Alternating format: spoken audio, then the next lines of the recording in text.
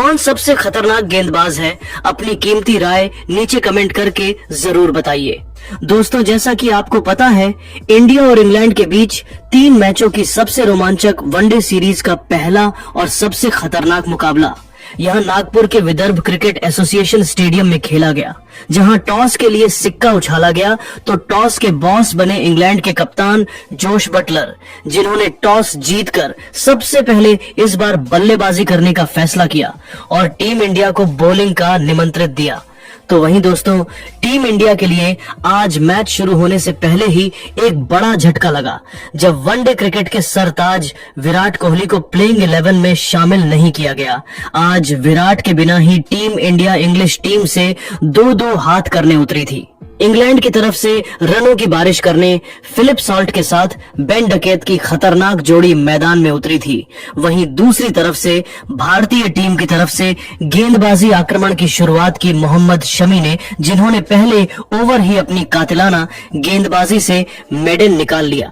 लेकिन दोस्तों, दूसरी तरफ हर्षित राणा की किस्मत इतनी अच्छी नहीं थी, जहां चौथी ही गेंद पर हर्षित राणा को आड़े हाथों लेते हुए फिलिप सॉल्ट ने एक खतरनाक चौका लगाया और अपने साथ साथ अपनी टीम का भी खाता खोल लिया था। तो वही ओवर की अंतिम गेंद पर फिलिप सॉल्ट ने एक और गेंद को बाउंड्री के बाहर मारकर अपने खतरनाक इरादों से टीम इंडिया को रूबरू करवा दिया। तीसरे ओवर में शमी की दूसरी गेंद पर डकैत ने भी खूबसूरत चौका मारकर 3 ओवर में इंग्लैंड को 17 रनों तक पहुंचा दिया था। भारतीय क्रिकेट टीम को अब तक कोई सफलता हासिल नहीं हो पाई थी। कप्तान रोहित का हर एक प्लान पूरी तरीके से फ्लॉप साबित हो रहा था, यहां तक कि मोहम्मद शमी भी लय में नजर नहीं आ रहे थे। 5वें ओवर की आखिरी 2 गेंद पर शमी की धज्जियां उड़ाते हुए भी डकैत ने 2 खूबसूरत चौके मारे। 5 ओवर में इंग्लैंड का स्कोर 26 रनों तक पहुंच चुका था, तो उसके बाद तो उन्होंने इस वनडे को T20 में ही तब्दील कर दिया। 6वां ओवर लेकर आए हर्षित की पहली ही गेंद पर फिलिप सॉल्ट ने गेंद को आधा दर्जन रनों के लिए बाउंड्री पार डिपॉजिट किया और मैच का पहला छक्का मारा। तो अगली ही गेंद पर इस बार एक्स्ट्रा कवर के क्षेत्र में चौका बटोरा, तो तीसरी ही गेंद पर सॉल्ट ने स्क्वायर लेग के ऊपर से खौफनाक छक्का मारकर भारतीय खेमे में खलबली मचा दी थी।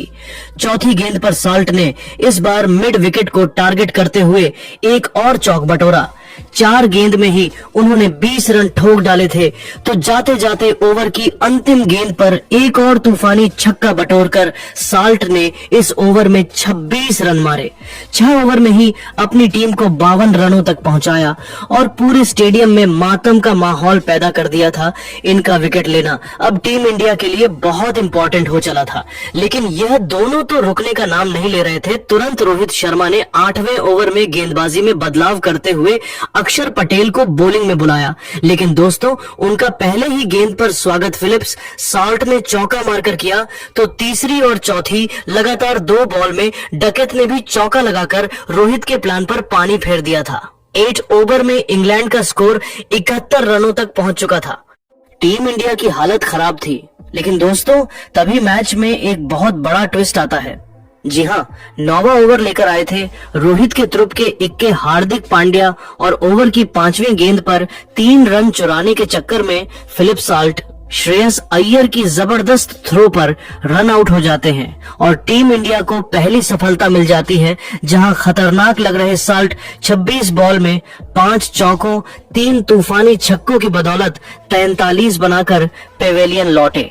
उनके आउट होने के बाद अब मैदान में जो रूट कदम रख चुके थे, पर दोस्तों, यहां से तो पूरा मैच ही पलट गया। जी हाँ, पावर प्ले का अंतिम ओवर लेकर आए हर्षित राणा ने अपने ओडीआई डेब्यू पर पहला विकेट डकैत के रूप में हासिल किया, जिनका कमाल का कैच यशस्वी जायसवाल ने लपका और टीम इंडिया ने इसी के साथ दोनों ओपनर्स को पवेलियन का रास्ता दिखा दिया था, जहां डकैत 29 बॉल में 6 चौकों की बदौलत 32 रन बनाकर पवेलियन चल दिए।